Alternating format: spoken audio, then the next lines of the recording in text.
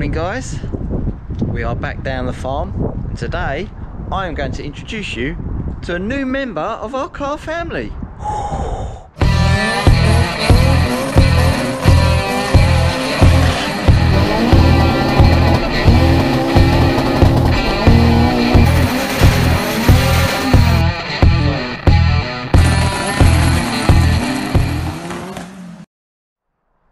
So right, before I get into obviously introducing the new vehicle that I've bought, I'm quite pleased with, I thought I'd give you like a little tour of the dyno cell because I haven't really done much with it lately.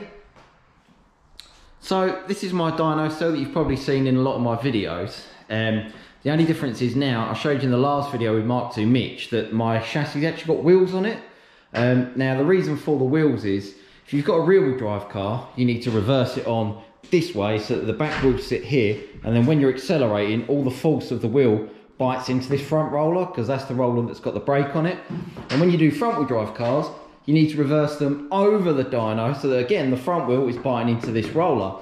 Some people do use them the other way around, just depending on, you know, if it's a front wheel drive or a rear wheel drive car, but in my eyes it's not really ideal. It should always be used in the direction it's designed to be used, so that's why I've put it on wheels. Now the reason for it being on wheels is, if I had a bit more room in here, I could obviously sink the dyno into the floor, and then rear wheel drive cars can sit with the front wheels here and the back wheels in the chassis, and then front wheel drive cars can go all the way over. But obviously my dyno cell is not long enough, so it was okay how it was, because the chassis normally sits about here, and when it normally sits about here, it's fine for front wheel drive stuff because you can still got loads of room in front of it to get my giant cooling fan in front of it. But the problem with rear wheel drive stuff, when the dyno was all the way forward and you reversed the rear wheel drive car onto it, the front of the car sat like 9 against the door, so it wasn't really ideal. It was okay for like the odd power run every now and then, but for mapping I just didn't really like offer it, because obviously you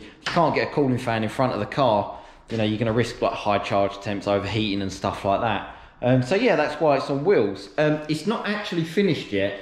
There is like 3 stripped tracks that need to be bolted to the floor, but even though the tracks are not down yet, it still rolls like incredibly, well I say incredibly easy, it rolls okay, fairly easy, like I can move it about.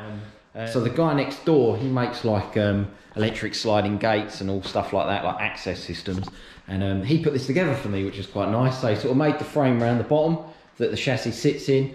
It's got obviously the 3 wheels this side, and then it's got 3 wheels this side. Considering this whole chassis is like, I don't know how much they weigh, I know they're quite heavy. I think they're about 800 kilograms, maybe nearly a ton, because they are like just solid steel, especially that brakes. It's off of a train, so it's very, very heavy. Yeah, so he made the wheels, and he also made me these ramps as well that hook in the front. They do the job absolutely perfectly. And then what he also made me was hooks on the wall. So these are the original ramps that come with the dyno. And what I can do for rear wheel drive stuff is I can lift the ramps off the back, hook them up on the wall out of the way, slide the chassis back. Obviously once it's on rails it will go back, and I'll have some sort of like pin system to like obviously lock it into the floor. And then when I don't want to do rear wheel drive stuff, I can undo the pins, slide the chassis all the way forward, and then ramps unhook and hook over the back. And then he's also made me another frame.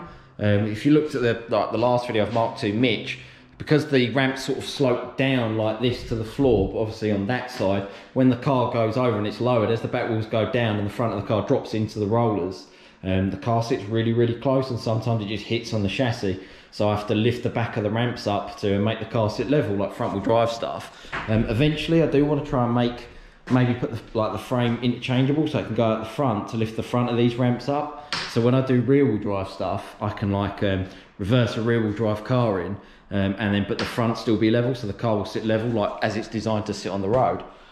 So yeah, this is my dyno cell. So right, let's get to the point. You've seen the title of this video. I've said I'm going to introduce a new vehicle to the channel, but I want to give you a little bit of a backstory. So depending on how long you've been following my YouTube channel, you will know that a little while ago on this farm where I am, there was a Renault 5 GT Turbo, and it was buried in the bushes and it had been there for absolutely ages. And I ended up buying it, but it was like far too gone. Well, it weren't that far gone, but it needed like a lot of welding work. There was loads of parts missing off of it that I just didn't have the time or effort to try and source. So I kind of just like gave up on the idea a bit. And my plan was to buy a Renault 5 Campus and then just shell it all over. But the Renault community and the Renault 5 world and the purists went absolutely mental and basically were saying that I should have restored the Renault 5 GT Turbo. I should have, you know, got it back on the road. I shouldn't have just stripped it and scrapped it like I did. But, you know, each to their own. It was my car. I got to do what I want with it, and I did. I ended up buying a Renault 5 Campus. You see that in one of my other videos. I called him Johnny 5, and he was all right. He needed some work. But when I picked up Gingy Scooby, that's still in here for some work, I swapped places with the Renault 5. So I've still got Johnny 5. He's sitting in a garage somewhere, but I will be selling him because of the purchase of this new vehicle. You've probably half maybe worked out what it is anyway. If you've been watching my videos and some other people's videos, you'll probably have spotted it in the background. So yeah, I might as well just get down to it and show you. So, this is what I've bought. Da da da da da da. Very cheesy. Da.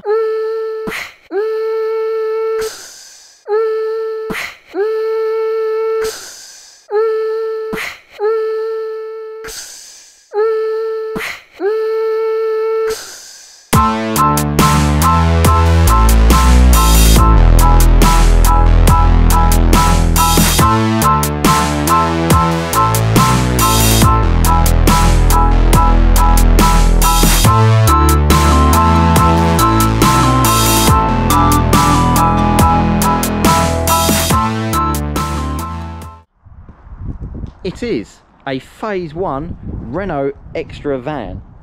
So the story behind this little van goes, obviously when I had the Renault 5 Campus and the whole world went mad and they didn't want me to shell a Renault 5 Turbo into it, someone suggested and said, why don't you buy a Renault 5 van and put all the running gear and the engine in that? And I was like, I don't really know what a Renault 5 van looks like. I don't think I've ever seen one. So I started Googling around and I found a few, and yeah, they do look quite nice. Well, for me anyways, not to everyone's cup of tea. But I started looking, I really wanted like the one that's got like the Renault 5 Turbo front end with like the more flatter headlights and without this plastic grille. But I couldn't find one. In fact, it took me ages to actually find a van, like best part of, I don't know, 8 months. I was searching on the internet, a lot of like R-Edge ones come up, but I think they're like the phase 3, so like they've got the headlights behind a plastic grille, but more of like a squinty headlight. They're just odd looking. I just didn't really like them too much, to be fair. And then I was really waiting for like a phase 2 one to come up. It never turned up, and then all of a sudden found this on Gumtree. I say I found it, a friend of mine found it on Gumtree, and it popped up. And I went and had a look at it, and I was like, you know what, it's only around the corner in Kent, let's just go and buy it. So I went, see it, I was like, yep, it's an honest little van, I'm gonna have it. It's really solid as well, like considering it's on like an E-Reg as well. I think it might have had some welding work in the past, but they've done a really nice job of it, and they've like blended it all back in, and it's all been body, like, you know, painted the same colour, rather than just people paint the seals black every time they do some welding. So it's actually quite an honest little van, to be fair, and I'm really happy with it. And it only just dawned on me like the other day, I realised that I've actually been driving this van for like a couple of months and I haven't put anything about it on my YouTube channel, so I thought, I've got a spare couple of hours, today's the day, let's introduce it. So here I am. Yeah, going around, it's got like battle wounds everywhere, you know, a bit of touch-up paint here and there, but considering what it is and the age of it, I'm very happy with it. It's very solid. Now, the engine in this van, let me show you. So the engine in this van is a C1J. This is basically the same engine as a Renault 5 GT Turbo. It's a 1.4 pushrod engine, petrol carburetor. It's got electronic ignition on it with a distributor as well. Yeah, don't know how much power it makes. Maybe we should find out.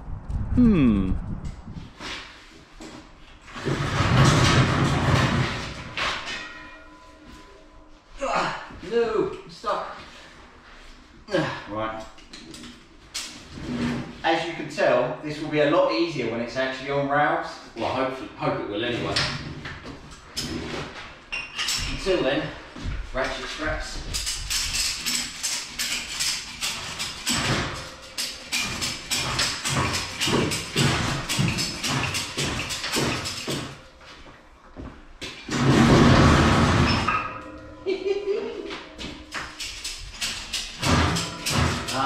stone there.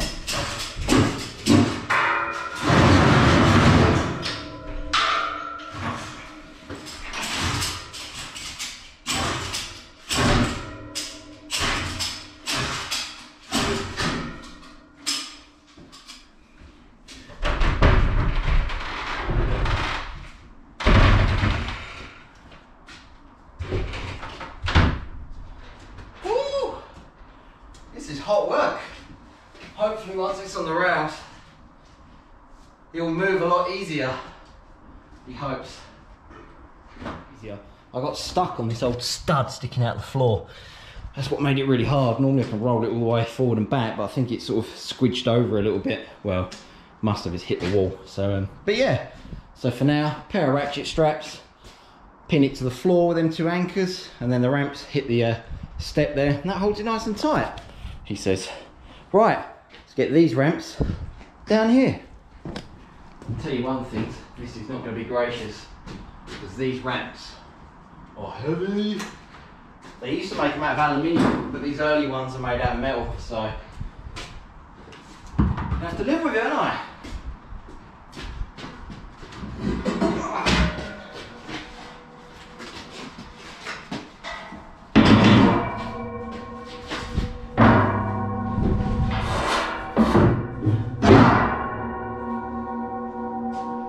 One,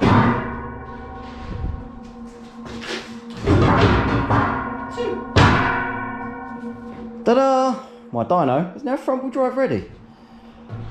So I have got like a frame, he's still painting it next door. It's like 2 legs that go there and there, and then a beam that goes all the way across that the ramp sit up on. Basically like axle stands underneath the back of it like I had. Whew! I'm knackered. Right. Let's get the van in, see what power it makes.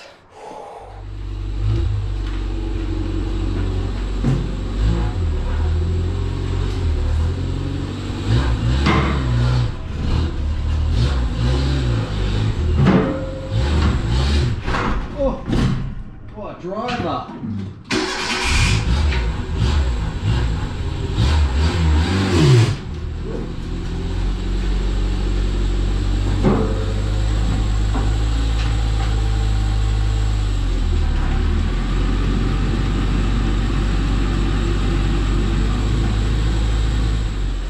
I'm going to leave it running while I strap it down because it's a bit cold.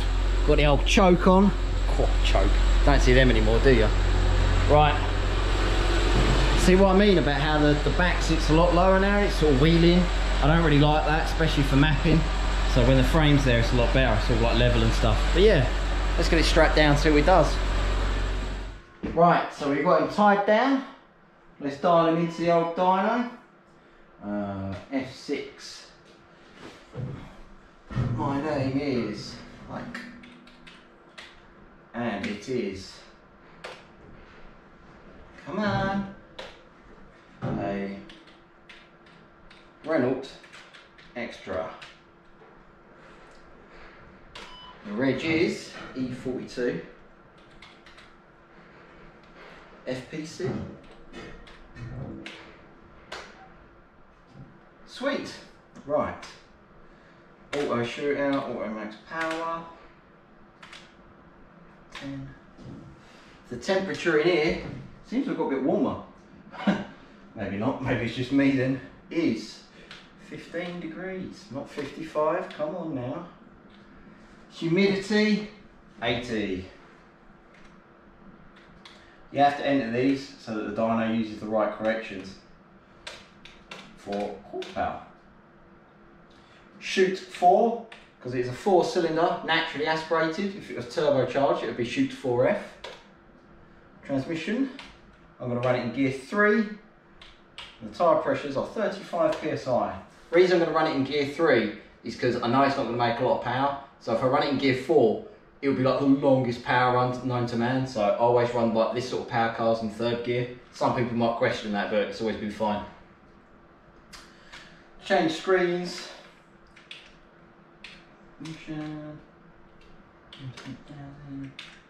Horsepower, I think 0 to 100 would be quite realistic.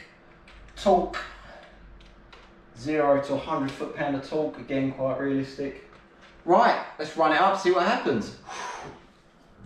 Oh yeah, and for the keen-eyed of you, yes, I haven't got the cooling fan in front of it because I'm literally just doing a couple of power runs and then calling it a day. So yeah, that's why. Straps, by the way, just done 2 side straps. Handbrake's going to be on and chock the rear wheels. Oh, I know what I need to do. I need to log Lamba. Go around here. Take this. This is an NTK Lamba sensor. They cost me a small fortune. Whee! I nearly fell over. Will it even fit in the exhaust? Oh, go on. I'm gonna have to get a bungee cord around that. Right, let's run it up, see what happens.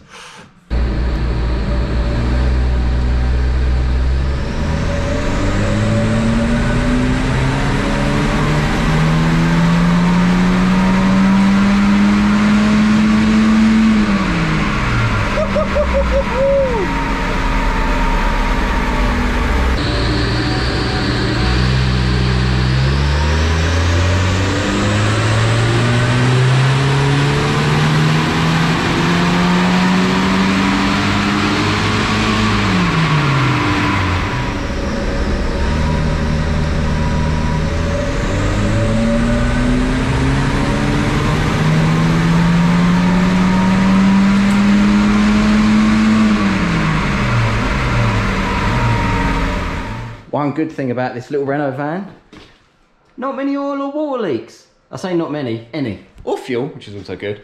So yeah, I'm quite happy with that. You ready for this? Are you ready for this? 59 horsepower and 78.8 foot-pound of torque. Look at that curve, look, all the torque and power low down, and then it just dies and falls on its arse at about 4,500 RPM. So yeah, I suppose I don't know what really I was expecting for a van of this era. I don't even know what power they make as standard. I'm gonna have to look into that. But yeah, so I'm quite happy with that. Oh, tell you what we can check. Not that I'm much of a carb guy, as you know, but I did log air fuel ratio. So it'd be good to see what it was. High speed Lambda. That's not too sad, really. Starts off a bit rich, like 11.5 AFR, and then it just flat out leans off to about 12.5 AFR at the tailpipe. So normally I'd like it slightly leaner, something naturally aspirated, but I don't think that's going to make, that's wheel horsepower now, by the way, if you wonder why that's changed. But yeah, normally I'd like it something a little bit leaner, but I tend to do that on like the modern engines. So on an old school little C1J engine like this, I think that's absolutely fine. I don't really like carburetors either, so I'm not that fussed about it, but I think for a carb, that's pretty good going. It's quite a flat line. So yeah, pretty stoked with that. Cool. I suppose we better take it for a test drive, really, aren't we? So yeah, I actually completely forgot to mention a little while ago, ooh, dead wasp. A little while ago, I actually posted a picture of this on the YouTube community page, and I asked for names, and there was loads, because obviously I like to name all my vehicles, as you can tell. And a few people come up with some really good suggestions. Some were a bit crap, but then all of a sudden, someone come up with the best name ever, so that's what I've gone for. So, introducing you guys to Ed Gasket. That's his full name. I think that's quite a fitting name for a 1980s Renault. I'm sure you will agree. Oh yeah, I forgot to mention, I've clearly already modified it. It did come on standard steel wheels, but a pal of mine had these, and they happened to be the same fitment. I had to get some spacers for the rear because they rubbed on the shock, so I've spaced the back out. The fronts went straight on, but they look all right. Obviously, you can tell that the van itself does need to be absolutely slammed, and trust me when I say this, it is on my to-do list. I will give you a little talk through on how I'm going to do it. So when I broke the little Renault 5 Turbo, I kept a load of bits off of it. Some of the bits are these. These are obviously phase 2 hubs. The reason why I got phase 2 hubs, I don't know what these little wooden things are. I don't know if someone was trying to make like a camper van or something like that, but yeah, that's what they are, and they come with the van. I've left them in. It's also got this weird like pop-up roofy flat too. If you unclip that, that goes like that, and you can actually drive like it. I think it's to give you more room to put like timber in or something like that, and even the roof rack's like cut back to allow for it as well, which is pretty cool. But yeah, I don't know what the idea behind it is, but it's there. I ain't gonna change it. But yeah, sorry, going off subject a little bit. These are phase 2 Renault 5 turbo hubs and struts and top mounts and calipers. It's got bigger discs and it's got these like the spacers for the caliper. I think these like Renault 21 discs or something like that. So I'm going to try and source a set of those. Because in here I have, there's one in here, one on the other side, brand new gas coilovers for a Series 2, yeah, phase 2 Renault 5 Turbo Series 2. That's me, Ford at heart, as you can tell. Yeah, so, but to make the Series 2 coilovers, phase 2 coilovers fit on this Renault van, you need to use phase 2 hubs, and apparently the ball joints fit, and apparently all the track rod ends fit. It's literally just the bolt pattern on the struts that are different, and the top mounts. So I've got matching top mounts, and obviously I've got these hubs. I'm going to rebuild them, new discs, new pads, overhaul the calipers, and I've got wheel bearings coming from as well. So that should take care of the front. For the back, I've got the Renault 5 Turbo rear beam, which was already lowered, so that saves me a job. And it's discs, so I've ordered new bearings, new discs, new pads, caliper overhaul kits, brake lines, stuff like that. So I've got all the bits on order, they're all coming. I just need to find some time to build it all up and get it all on the van. And then hopefully the van will be lowered. Woohoo! Right, let's lock up. Oh yeah, another thing as well, new cameras. A pal of mine, CSI Security, I'll put a link to his company in the description. Fitted some new cameras inside and outside. I've got the motion detector as well that goes off overnight when people walk past. Got my new alarm all installed. Everything's upstairs in a nice steel lockbox. So yeah, it's come along well. Another camera up there. IPR sensors everywhere, and every shutter and door's got a sensor. So yeah, it's quite handy now. When it goes off as well, it notifies the farmer, which is pretty cool. Don't know why, he just wanted it to, so, and it does. So yeah, right, let's lock up and go for a little drive.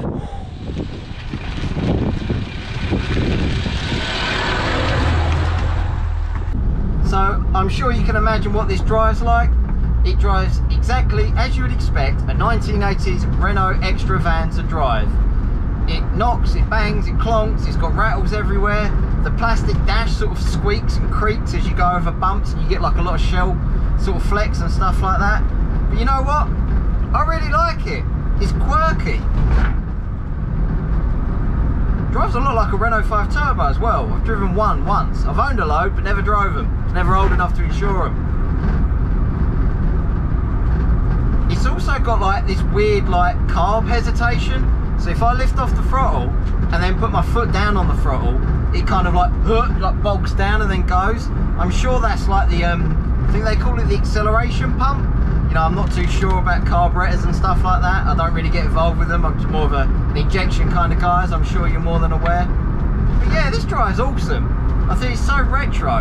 The guy I bought it off as well reckons that he went on one of them websites that tells you like how many's left, and apparently there's only 7 left on the road in the UK.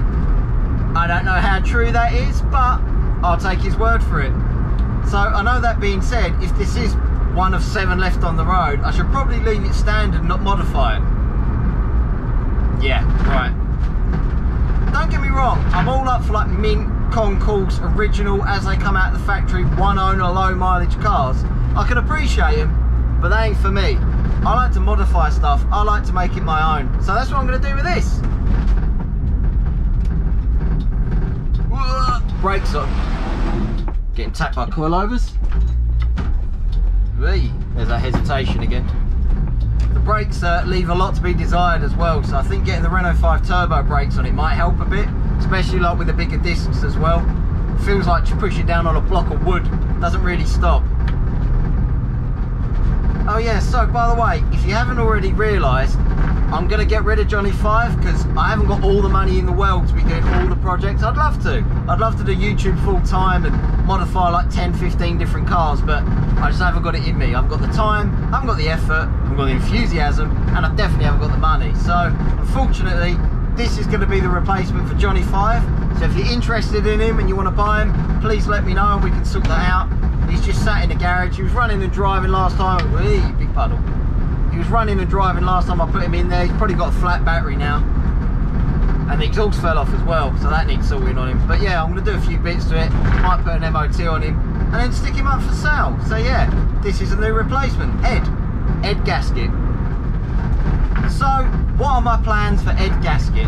Well, I've got all the Renault 5 turbo engine and stuff like that laying around, so I'm going to have to use it in this, aren't I? This has got exactly the same engine, the C1J engine, so it uses all the same mounts and like very similar gearbox and all that sort of thing. Just got to go overtake these cyclists, hang on. Use all 59 horsepower. Woo-hoo-hoo! Hang on, one more cyclist and I'll go back to talking. Sorry, hey, bus. So yeah, I've got the Renault 5 turbo engine out of the car I broke. It does need overhauling, it does need rebuilding, but that's just a perfect excuse really, isn't it, to do a few little mods while it's apart, I'm sure. I don't like carburetors at all, as you know, so I've already got like plans in motion for converting this to fuel injection, but I'm trying to go about it a slightly different way, but I'll cover that in another video. I'm not going to go into that now. He's quite low mileage as well. He's only done 74,000 miles, well 74,000 and a half now. I've probably done about 500 miles in him since I've owned him. Pretty cool. He's only got 5 owners as well from first registration, and he's not a write-off, not Cat D, not Cat C, nothing. Proper straight little van. I'm not going to go into how much I paid for him, because I don't like to disclose too much of how much I'm spending, especially on YouTube, just in case the wife sees. Love you really. He drives quite weird on these wheels as well. It's like a little bit floaty as you drive it, but I think it's because of the phase, because obviously this is a phase 1, it's not even a Renault 5, it's a Renault Extra. Because this is a phase 1 Renault Extra, I think that the struts stand up a lot and there's not a lot of castering, and someone's told me when you change from the series phase 2 stuff, like all the top mounts and stuff like that, it actually moves the struts back a little bit, and it actually dials a little bit more camber and caster, well not camber, but dials a bit more caster into the setup, and it makes it drive a lot nicer. So I can't wait to get that done. Whee! Every little bump you feel. Don't like the steering wheel much either, but I've still got the turbo one, so I might fit that. And this is like the typical Renault as well. The pedals are like really close together, especially like the brake and the accelerator pedal. I don't know if they're a bit bent, like if someone's jumped on them really hard, but I'm currently wearing my work boots, and then every time I try and stop, I keep revving it up and braking at the same time. And I ain't got big feet. I'm a small guy. Shut it. Whee! Which puts a smile on my face every time I drive it. It's really cool. It's so basic. Windy windows. I put a head unit in it as well, that's pretty good. I wouldn't mind putting some slightly modern seats in it with like headrests though, because these are quite comfy, but they're very upright. I've got the seat as far back as it will go, and I'm still quite scrunched up. I don't know how a tall person would drive this. No idea. I did think about getting it painted as well. I wouldn't mind doing like a full respray on it or something like that, but I quite like its charm, where it's like its original sort of hearing aid beige colour. You even get the colour code at the top of the door as well, just in case you forget what colour it is. But I like all the little knocks and dents that it's got on it. It just shows that this was once a working van, and I intend to keep it that way.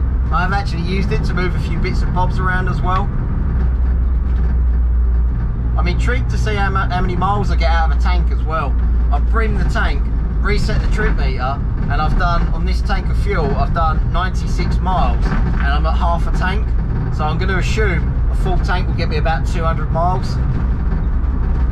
And I'd like to see if I can improve that when I convert it to fuel injection as well. Especially with like obviously a max ECU and like closed loop fueling and all that sort of thing. Right, let's give it some stick. Let's see what she's got. Oh, hesitation. We're off. 40. Third. Woo-hoo-hoo. 50, 60, whoa, I've got some wind noise now. I did think about taking the roof rack off, but if I take it off, the only thing I'll do is send it away, have it chromed and refit it. I really like it. I might try and find a suitcase for the roof or something like that. Proper like tram lines as well, like I haven't done no wheel alignment on this or anything like that, but if you hit a bump in the road, it just takes you wherever, so you really have to hang on. and obviously it hasn't got power steering, so it's like from turn to turn, it's like, I don't know how many times I have to turn, it's not really responsive, so like the slightest little adjustment doesn't actually do anything. So you're going down the road, you're constantly fighting the steering wheel. Just goes to show how far like cars have come in the last 30 years or whatever. But I like this charm, I like it a lot. Right, let's head back. So yeah, there you go. Head gasket. My little Renault Extra van, which is the new project van, along with all the other projects I'm trying to fit in the limited time that I have. So yeah, there you go. I hope you like this video. Like, share, subscribe, and hit the like button. Yeah. Cheers guys. Bye.